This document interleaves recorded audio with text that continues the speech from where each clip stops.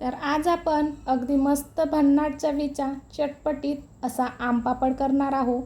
खायला जितका चटपटीत तितकाच करायला सोपं आणि सुटसुटीत. कुठल्याही प्रकारचा तामझाम न करता अगदी झटपट तयार होणारा आमपापड आज आपण या व्हिडिओमध्ये बघणार आहोत. तर व्हिडिओ स्किप न करता शेवटपर्यंत बघा. आवडल्यास लाईक करा, शेअर करा. चॅनलवर नवीन असाल तर सबस्क्राईब करा. चला तर मग आमपापड करूया. तर आमपापड करण्याकरिता इथं मी 2 ते 3 कैऱ्या घेतल्या. कैऱ्या आपल्याला कुकरला जवळपास 2 ते 3 शिट्ट्या होईपर्यंत शिजवून घ्यायची आहे. शिजलेल्या कैऱ्या मस्त अशा एखाद्या चाळणीवर मॅश करून घ्या आणि मॅश केलेला हा गर इथं मी एका कढईमध्ये टाकून घेतलं. सोबतच आपण 1 वाटी साखर घेणार आहोत. कैऱ्या जर खूप प्रमाणात आंबट असेल तर साखरेचा प्रमाण कमी जास्त तुम्ही करू शकता. अशा प्रकारे जर तुम्हाला साखरेचा वापर करायचा नसेल तर साखरेच्या ऐवजी तुम्ही गूळसुद्धा वापरू शकता. तर नंतर यामध्ये मी चवीनुसार मीठ घातलं आहे आणि सर्व मिश्रण छान एकजीव करून घेऊया. अगदी 2 मिनटं आपण हे असंच ठेवूया जेणेकरून साखरेचा छान पाणी सुटेल. तर अशा प्रकारे आपण मिश्रण शिजवायला घेऊया.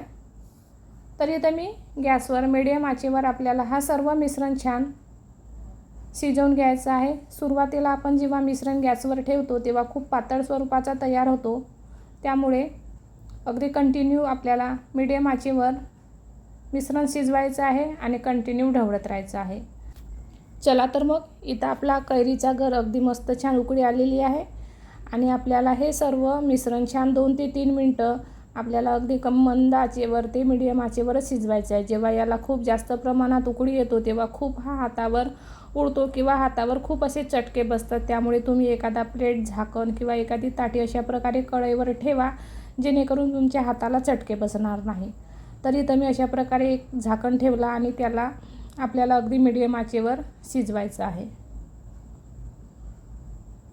तर अशा प्रकारे तुम्ही बघू शकता अगदी मस्त असा आपला मिश्रण घट्टसर असा आलेला आहे. अगदी याला पण पुन्हा 2 ते 3 मिनटं वेळ आहे. जोपर्यंत आपल्या मिश्रणाला छान एकतारी पाक तयार होत नाही किंवा याला अशी चकाकी येत नाही किंवा असं तो थोडं शाईन करत नाही तोपर्यंत आपल्याला याला शिजवायचं आहे. अगदी घट्टसर होईपर्यंत आपल्याला याला शिजवायचं आहे.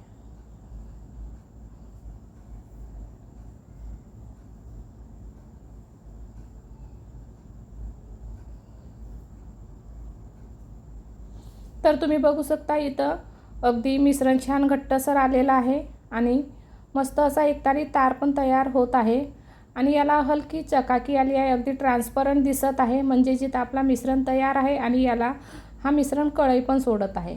नंतर आपल्याला एखाद्या ताटाला तूप किंवा तेल लावायचं आहे आणि आपला तयार केलेला मिश्रण यावर ओतायचं आहे.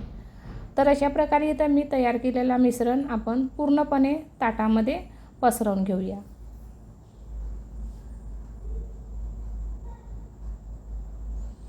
तर तयार केलेला मिश्रण आपण एक ताटामध्ये टाकून घेतलं आणि नंतर आपल्याला अजिबात चमच्याचा वापर न करता अगदी ताटाला अगदी अशा प्रकारे थोडं हलवत राहायचं आहे जेणेकरून कैरीचा पापड आपोआप ताटभर पसरेल. तर अशा प्रकारे इथं मी संपूर्ण ताटभर हा कैरीचा पापड पसरवून घेतला. जर तुम्हाला जास्त जाड ठेवायचं असेल तर तुम्ही तुमच्या आवडीनुसार याला कमी जास्त पातळ करू शकता. तर अशा प्रकारे इथं तुम्ही बघू शकता आपला पापड पूर्ण ताटभर पसरलेला आहे, मस्त असा तयार झालेला आहे आणि आपल्याला हा पापड जवळपास 1 दिवसासाठी उन्हामध्ये वाळू घालायचा आहे. किंवा जर तुमच्याकडे ऊन येत नसेल, अजिबातच ऊन नसेल तर तुम्ही फॅनच्या खाली जवळपास 2 दिवसासाठी सुकवून घ्या. नंतर आपला 1 दिवसानंतर इथं पापड तयार आहे, मस्त असं सुकलेला आहे. तुम्ही बघू शकता अगदी मस्त इथं आपला पापड तयार झालेला आहे. नंतर आपण सुकलेला पापड एखाद्या सुरीच्या साहाय्याने त्याचे काटं थोडे सैल करून घेऊया आणि नंतरच काढूया.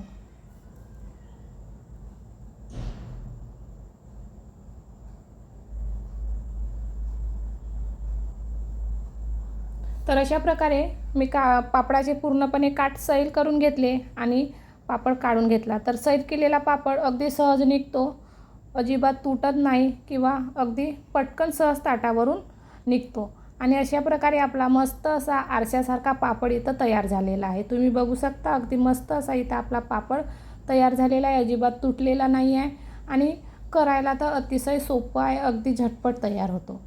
नंतर आपल्याला या पापडाचे काप करायचे आहे, तर तुम्ही कापसुद्धा तुमच्या आवडीनुसार तुम्ही करू शकता. इथं मी रोल तयार करत आहे. तुम्ही जर तुमच्या आवडीनुसार याचे बाईट तयार करायचे असेल, छोटे छोटे काप करायचे असेल, तर ते सुद्धा तुम्ही काप करू शकता.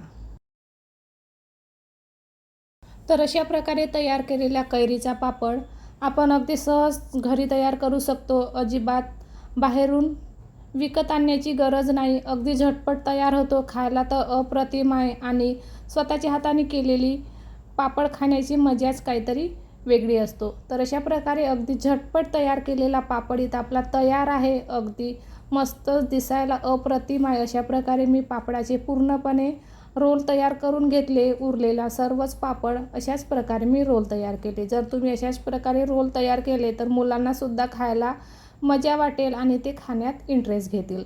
तर अशा प्रकारे अगदी मस्त झटपट तयार होणारा आपला घरगुती आम पापड तयार आहे. तर व्हिडिओ कसा वाटला मला कमेंट करून नक्की सांगा. आवडल्यास लाईक करा, शेअर करा, चॅनलवर नवीन असाल तर सबस्क्राईब करा. चला तर मग पुन्हा भेटूया अशाच एका नवीन व्हिडिओ सोबत. तोपर्यंत धन्यवाद.